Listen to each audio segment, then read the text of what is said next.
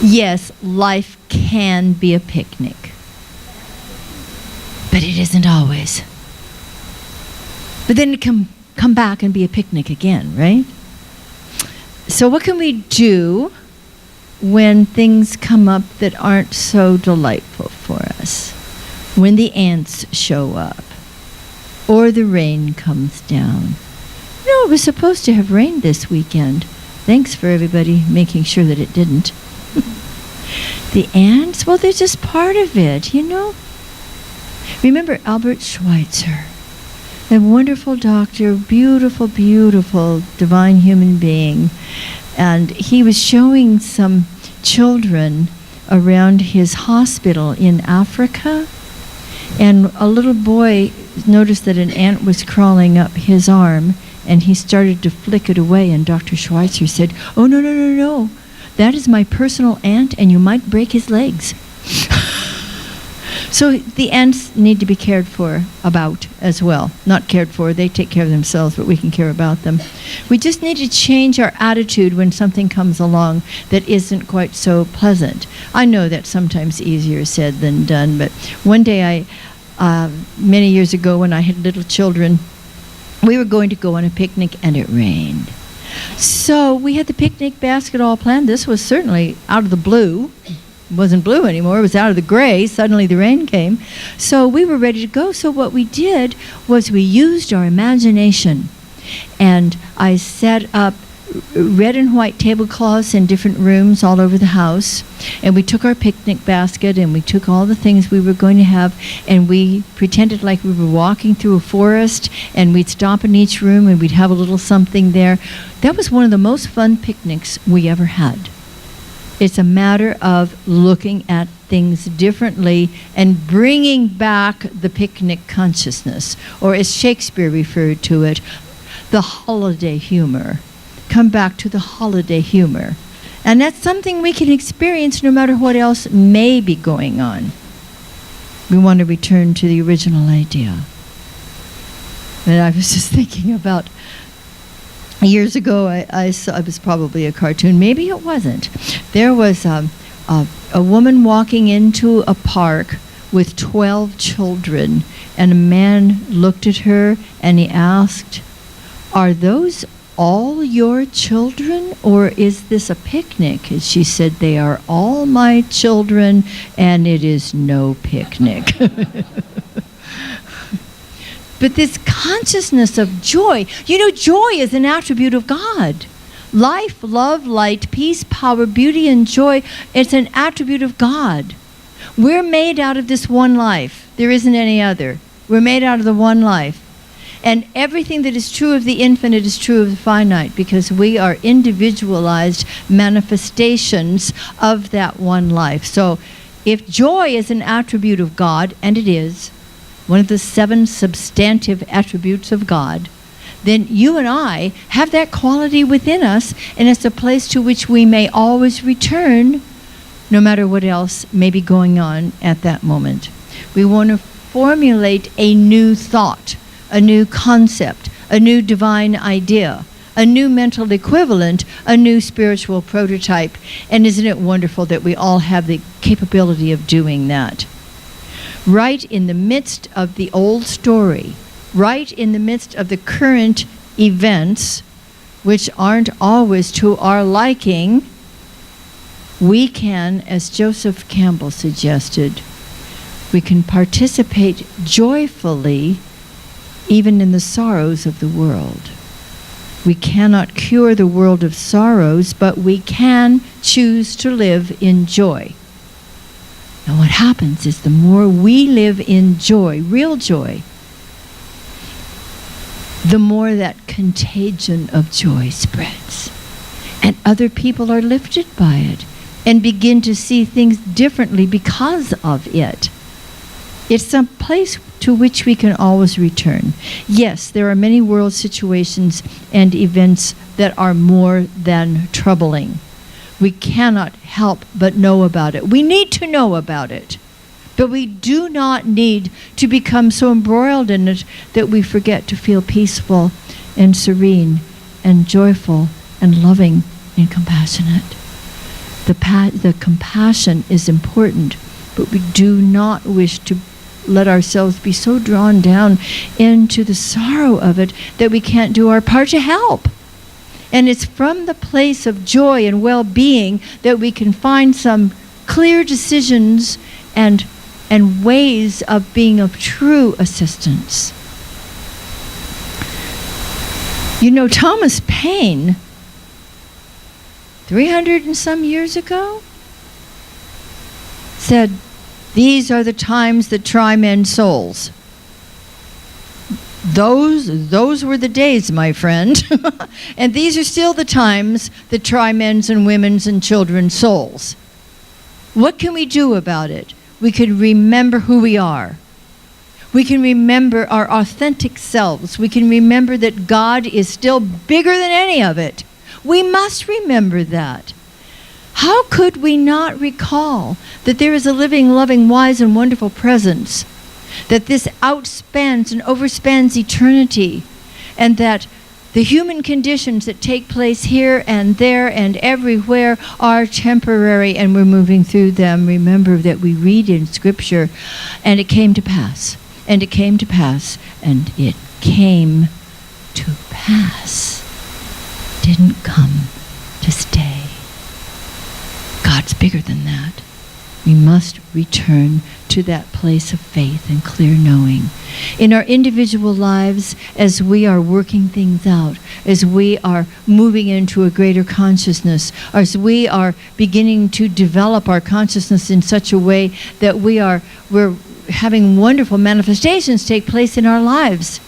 As we are here supporting each other and finding ways to make a difference, to have a voice in the world that is making a difference, we find that we have not only wonderful centers for spiritual living like this, who are making a difference in our own personal lives, in the lives of our personal spiritual community, but outside and into the world. And that there are millions of other people who are on this road, this journey of transformation. So we can't let the things that are so unpicnicky in the world, I'm allowed to make words up. I have a license for that.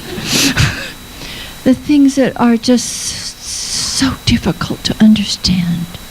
How could anybody ever be so lacking in compassion that fill in the blank?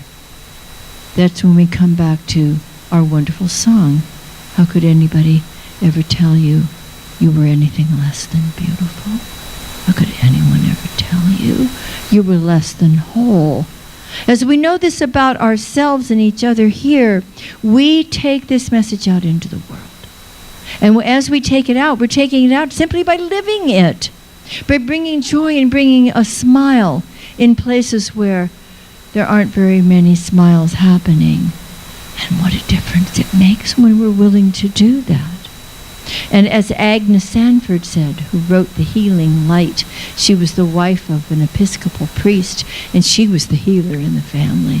She said, you take your light into another person's darkness only long enough to bring them back out into the light.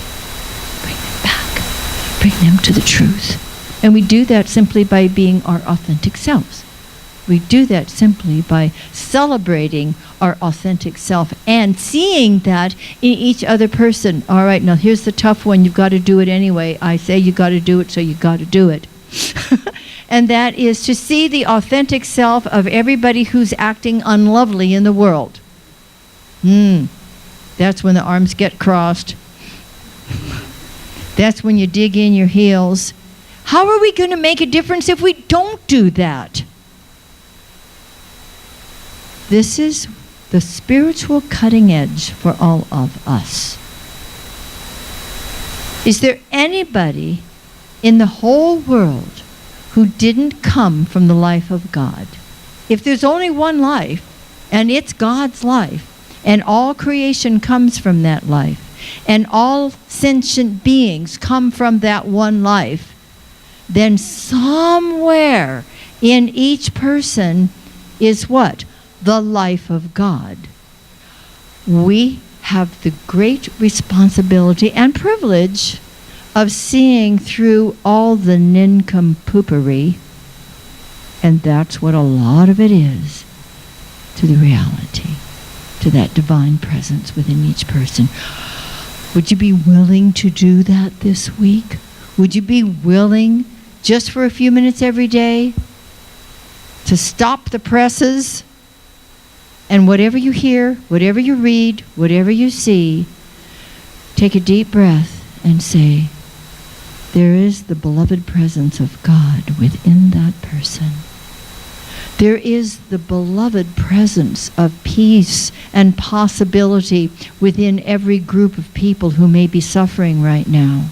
The presence of God is larger than those conditions. Let's you and I be part of the solution and join with all of the other like-minded people in this world, in this universe, who are choosing to make a difference and bring back the sense of life can be a party, life can be a picnic. Let's bring the lightness. You know why angels can fly, don't you?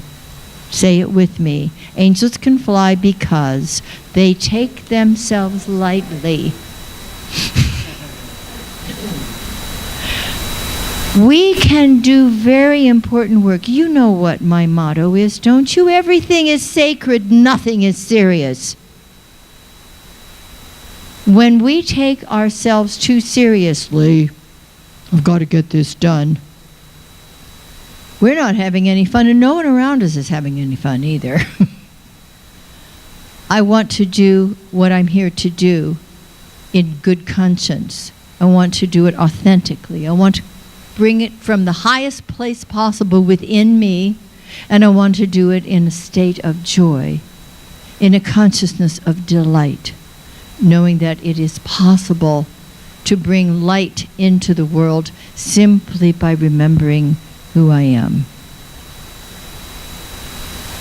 When we align ourselves with God's grace, then the healing can begin.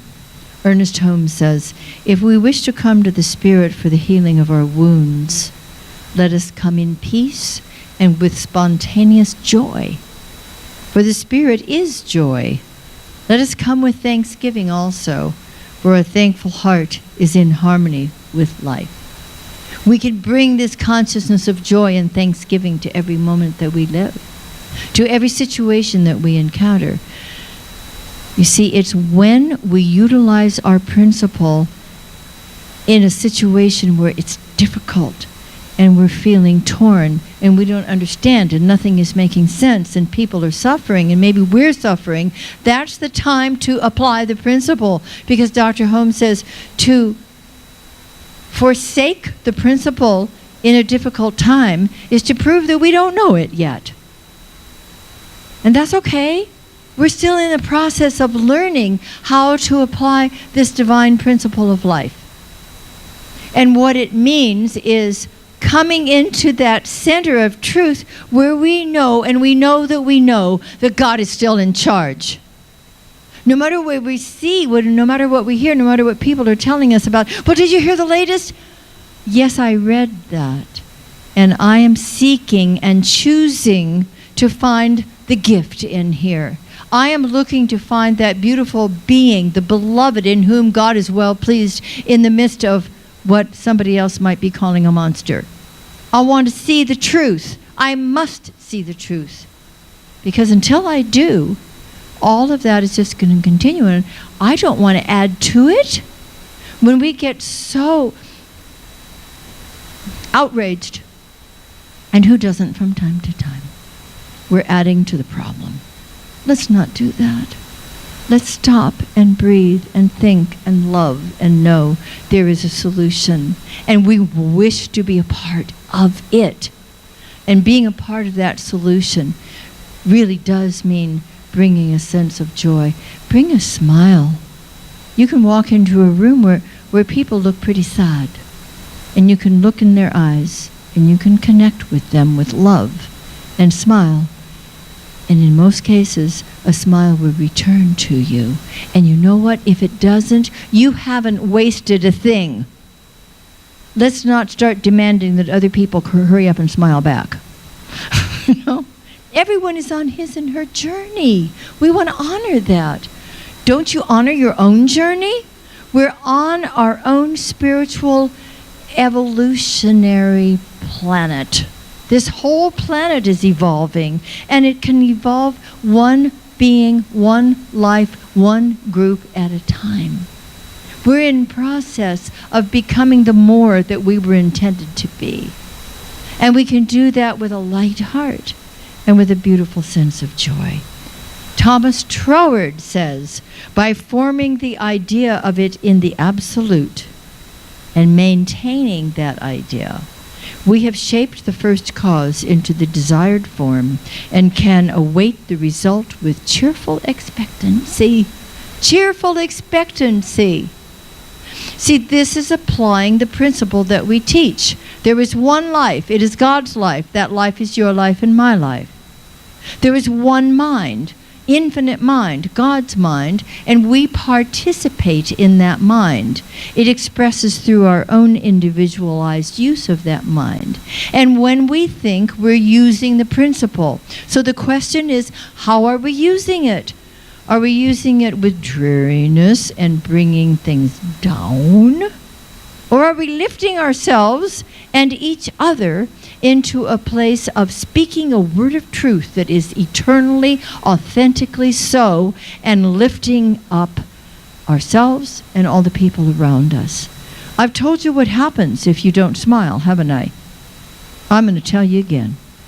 Because Barney, my beloved Earl D. Barnum, taught me this many years ago. It takes about 4 muscles to smile. That's not a great expenditure of energy, is it? And I understand it takes about 111 to frown. That's really a waste of energy.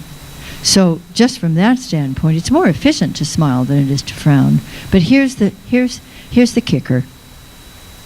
He told us that if you suppress a smile and you refuse to smile, and the corners of your mouth begin to go down, that then the energy goes down and down and down until it forms big hips.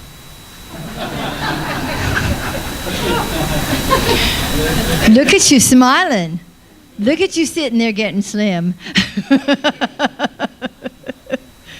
Bring some joy into the room. Bring some gladness to every relationship. Bring a sense of a holiday humor or the picnic spirit into everything that we do. And it lightens the load and it makes our work go easily and with a sense of delight. So we are always at choice with the direction of our thoughts. And as we know, where attention goes, energy flows. Where are we placing our attention? It is always, always possible to opt for joy in any situation. Maya Angelou said, "My mission in life is not merely to survive, but to thrive. And to do so with some passion, some compassion, some humor, and some style. Some style." So let's choose to plant seeds of delight. Let's reap a bountiful harvest, yes? Yes. Say with me, please, I'm alive with the life of God. I'm in love with each glorious moment. I'm ready to bring real joy to my day. I'm ready for life to be a picnic. And so, my beloveds, beginneth our lesson.